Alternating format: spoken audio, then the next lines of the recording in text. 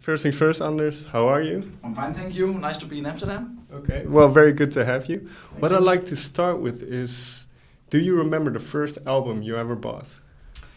Actually, I remember the first album that I actually got. It's a bit embarrassing because it wasn't actually an album. It was a cassette player. It was Rod Stewart. Okay. And it had this really cheesy cover with him, like 20 versions of Rod Stewart in this red latex trousers. But I think I was 9 years old, and I really was a big fan of Rod Stewart apparently. So I really loved that album. But the first one that I actually bought I don't actually remember that, weird enough actually. But I can remember the first album that really stuck to my mind. It was Velvet Underground and Nico, because I can remember. I think I was 12 years old that I heard this song Venus and Furs in the radio, and I was totally mesmerized by this hypnotic feeling and sound. So that was the first one I bought. Also not on vinyl, but on tape, on cassette tape. Yeah.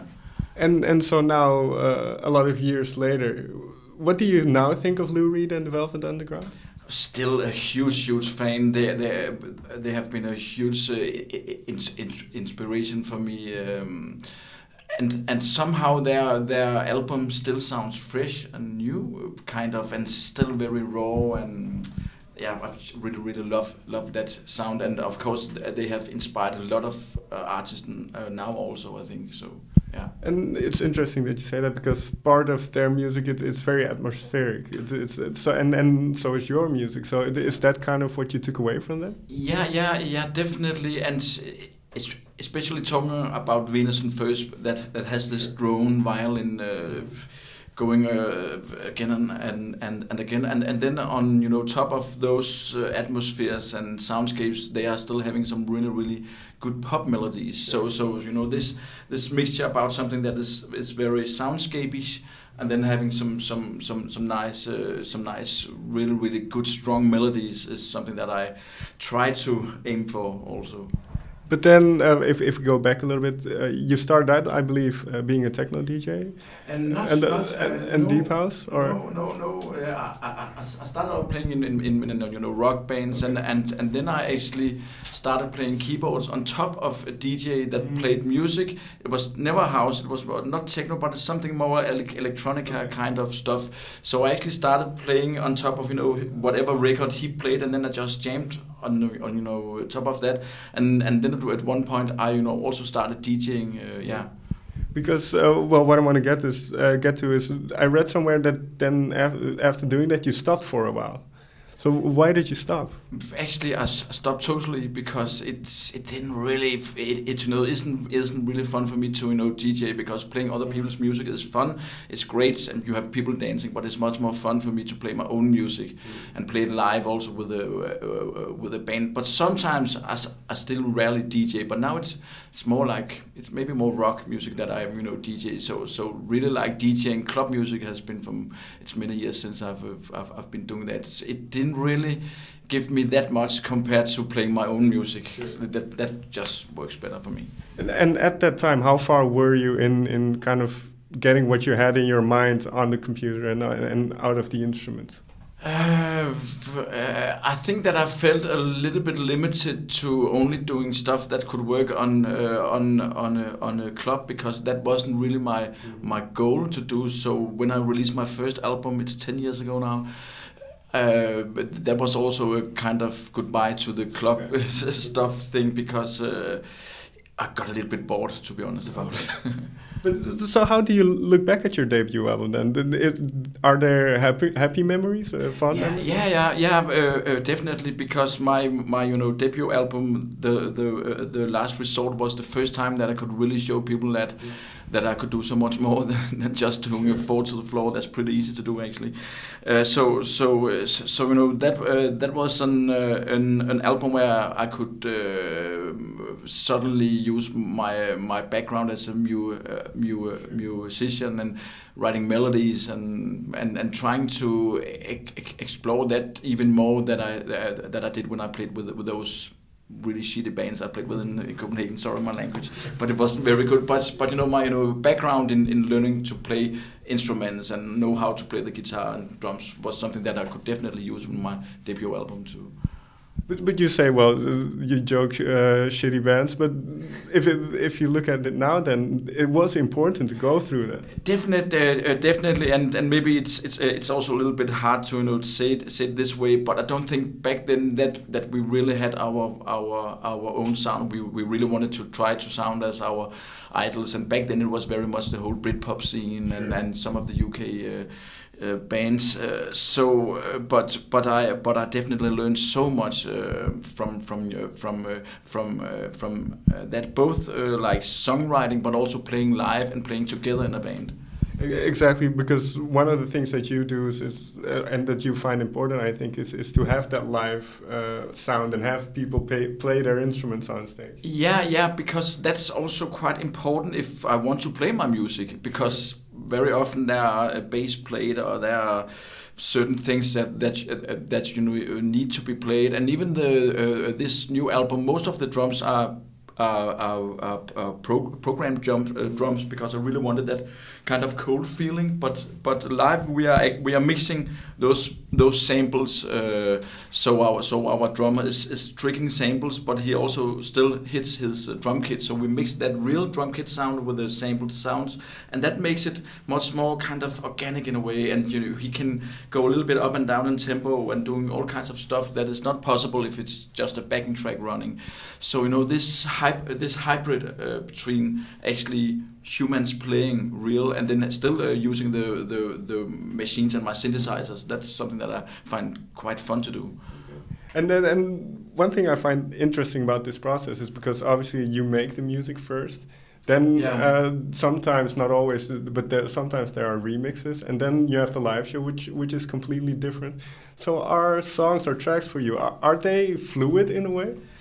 Not really, because the funny thing is that before any song ends up on the album, I have most of the times already tried out 2 or 3, 4 different versions before I'm really happy. So the only thing that is happening most of the times is that I try to adapt the music, of course, to the band, because I don't want the band to try to sound. I don't want the drummer to try to sound like a machine. I really want him to play, and I also want the guitar player to get his feel and his way of playing guitar. So what's really important for me is to try to write some good songs that can really stand that test. So you can actually play the songs with the acoustic guitar at the fireplace, and you can play it with a band, or you can make it in the studio with a lot of gear. So it's very important for me that the songs are quite strong, so we can take them different ways with the band. But I always try to adapt the songs to the band live, so it's not the other way around. So the band should be happy about what they are playing. I don't want to force them to do anything that doesn't sound good, And but am I right in saying that when you start composing a track, and let's just start with Fixion, is this something you do yourself? And because I read somewhere that you like to create a song and then wait till it's finished and then show it to people. Yeah. It's a very, very lonely process, because it's me most of the time. It's just at my upright piano actually. So it's not even in the studio. It's just me writing the songs. Most of the songs, some songs starts with a drum machine or with a synth or something else. But most of the songs is just me at the piano, finding a chord progression that I really like, and trying to come up with a melody and a bass line. And then after, it's much easier for me to take those melodies and songs and take them to the studio and then find out which way to go with them. So that's the most common way for me to work. What was the first song on Fixion that you started working on? That is actually funny, because that didn't happen that way. Me at the piano. It's a track called Sinus. It's a very synth driven song, and it's because I just bought an MS-20 an old synth, and I was just totally fell in love with the bass sounds. It's very known for those sounds.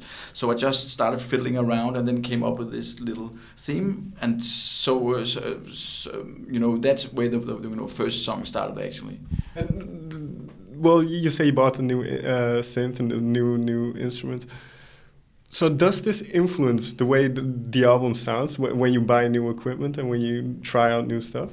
Yes and no, because the most important thing for me is still the fundamental body of each song. So it's much more the song that kind of demands how this song should sound, and then I'm maybe going after one specific sound that I have in mind when I'm writing the song, and sometimes I can use weeks on trying to find that sound and make that sound on one of my synths or on the guitar with a lot of guitar pedals or something. So it's much more each song that kind of guide me to how it should sound, and then I, as I've said, also try sometimes 2 or 3 nearly finished versions before I really find the version that I'm thinking is the best version for that song. So it's a really hard work and a struggle sometimes, also because it is just me alone in the studio. There's no one to have any feedback from.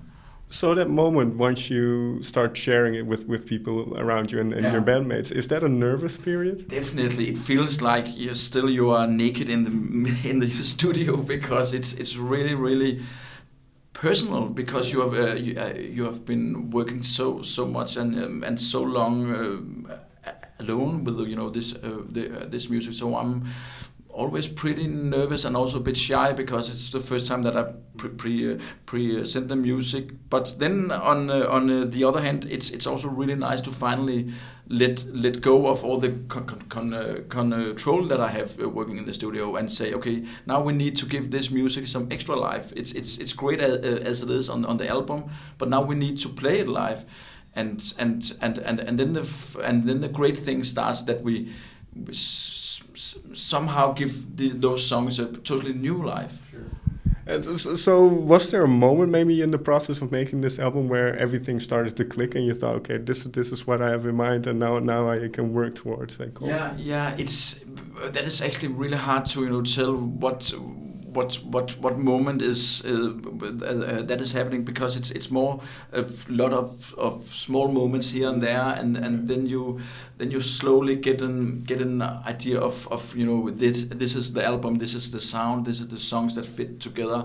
So it's something that's coming very slowly, and sometimes you as a composer you nearly panic, because you're like, this will never fit in an album format. So there's a lot of time going with finding out which songs should be on the album, what should fit, and what should be the running order also, and try to build up the album from the first song, what should be in the middle, what should end, should there maybe be a little climax towards the end or earlier to surprise people, and all that stuff is something that I'm working quite a lot on, and drawing curves about the dynamic and stuff like that.